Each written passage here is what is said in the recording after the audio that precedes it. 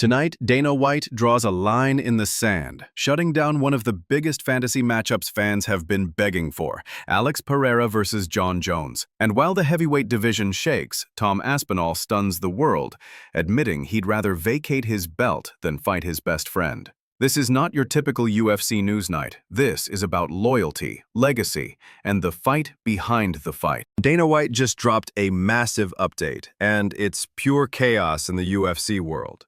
At UFC 323, Merab Dvalishvili is set to face Peter Yan in a shocking rematch, just weeks after defending his title. 14 straight wins. The most takedowns in UFC history. Merab wants 4 title defenses in a single year. And that's not all. In the co-main event, Henry Cejudo returns to face rising prospect Peyton Talbot. 2 generations, 2 divisions, 1 night that could reshape the UFC. December 6th, T-Mobile Arena. Dana White wasn't exaggerating. He said it himself. I love this asterisk. So this is very exciting, Merab. But as we sit here right now, breaking news, because Dana White just went on Instagram, they're telling me in my ear, and he just announced that you are the main event of Yeah, there he is. Yes. Yeah, so Cejudo fight is random, right? Holy shit. For Peyton, how do you feel about that fight? Frick, I feel that fight is kind of insane, bro. Like, in the one that he lost, he was just getting held down by a jiu-jitsu guy, you know what I mean? So, like, what the hell, you know? What the hell are they doing to put him against an Olympic wrestler? But he did train today. I saw him post and that he trained with Cejudo, so maybe he might have got the better of him in training camp. So maybe he's like, I can do this. For weeks, social media exploded with rumors of Alex Pereira versus Jon Jones being secretly planned for the White House card.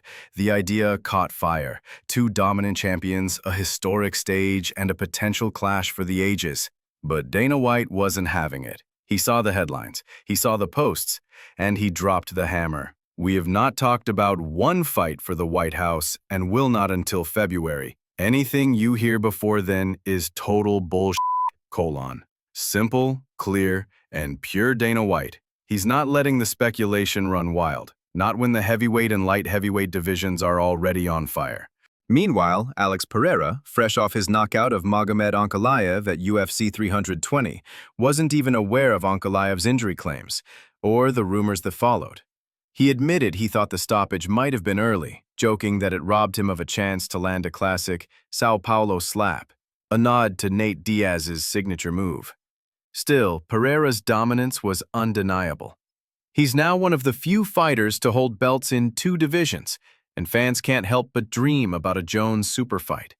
But Dana's shutdown shows he's protecting something bigger: timing. He doesn't want a super fight without clarity at heavyweight. And that brings us to Tom Aspinall. Why does Alex Pereira want to fight Jon Jones? Don't tell me money. Pereira's rich. There's no title. It largely is what is so admirable about Pereira's call-out. It's not about the money. It's not about the title. He's got a title. Jon does not have a title. A legit competitor behind the fame and the money and the cameras wants to know, am I better than you or are you better than me? Jon can make 205 pounds. It is merely a question of, would you, the audience, accept Jon 205 pounds without doing the whole you're scared, you didn't want to fight at heavyweight. They both got arguments to the greatest of all time. But we don't have to argue. There is a way to find out. Put him in the cage. When Tom Aspinall sat down on the Shicks and Gigs podcast, nobody expected what came next. He was asked about fighting close friend and fellow heavyweight contender Ante Delisha. Aspinall didn't hesitate. There's stuff more important than money and titles. I've already done it. I've won the title. And if it came down to it, I'd vacate before I fought my friend. Cologne. This wasn't trash talk. This was a man drawing a moral line in a sport built on violence. Aspinall reminded everyone that loyalty still exists in the fight game, even at the top. And what makes it more powerful, he's not saying this as an underdog. He's the reigning interim heavyweight champion. He's already on the path to greatness, and still willing to give it up for friendship. Fight your best friend for the title, or vacate the belt and never get it back. So this is actually a bit of an on-trend topic. Okay. So my friend and training partner has just got to the UFC. He just got his first. Yeah, I saw. win, and now he's in the top 10, which is like, to get your first win into, like, you just beat a guy in the top 10. Oh, sick. Oh, nice. So like he's potentially like 2 or 3 wins away from like a title shot. That's all good. Right, okay, cool. So yeah. Let's play it out. Let's play it like, out. How would this go? So the thing is, if I'd never won a title, I'd never touched gold before. We would have to fight, because that's my dream. Yeah. Well, now I've done it, I would be like, I'll vacate it and he can have his time. Fair. Really? So if it came I to it, you're just not fighting him? I wouldn't fight him. No chance. Fair. No chance. King No. props. That's my Really? Yeah. That's. And speaking of game plans, ours has been on fire. Last parlay, Farid Basharat by decision, plus Joe Pfeiffer moneyline cashed again. We're 3-0 on the channel. Here's this week's free play. Ikram Aliskarov and Umar Nurmagomedov moneylines.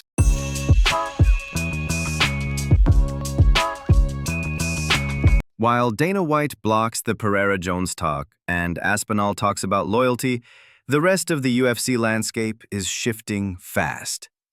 Kamaru Usman still dreams of becoming a double champ, win the welterweight title back, vacate it, and go after Khamzat Chimaev at middleweight before retiring. Tom Aspinall preps for Cyril Gane, a challenge he admits is unlike anything he's faced before. Gane's movement, cardio, and technique could force Aspinall into deep waters. He's super fit, super athletic, not like most heavyweights. To beat him, I'll have to be exhausted and still sharp. And with Islam Makhachev bulking up and teasing a welterweight move, the entire power balance of the UFC could change by the end of this year. He's good, and I think he brings a whole new challenge that I've not really had before. The same that I have with him. He's just like, his style is different to a lot of heavyweights. He moves really well. Yeah. He's nimble, super fit, super athletic. We're both going to be in a stage where I think to get to him, we both need to be pretty exhausted. Yeah. Oh, okay, yeah. And that's not something that I've really had to deal with too much before. A lot of heavyweights quite slow and ploddy. He isn't like that at all. So I think we both need to, I need to be super, super fit. The MMA community was split after both stories dropped. I'm on Dana's side. Don't give Duck Jones the spotlight or a White House fight. Man, Poatan elbowed those ribs so bad, the injury time traveled back 3 weeks. But beneath the memes and headlines, this week reminded fans what makes MMA so real. Respect, loyalty, and a president who isn't afraid to keep order. So, fight fans, what do you think? Did Dana White make the right call stopping Pereira versus Jones talk before it started? And do you respect Aspinall's loyalty? Or should champions always defend, no matter who's across the cage? Drop your predictions below, hit that like button, and subscribe for more breaking UFC coverage, only on Cage Side News.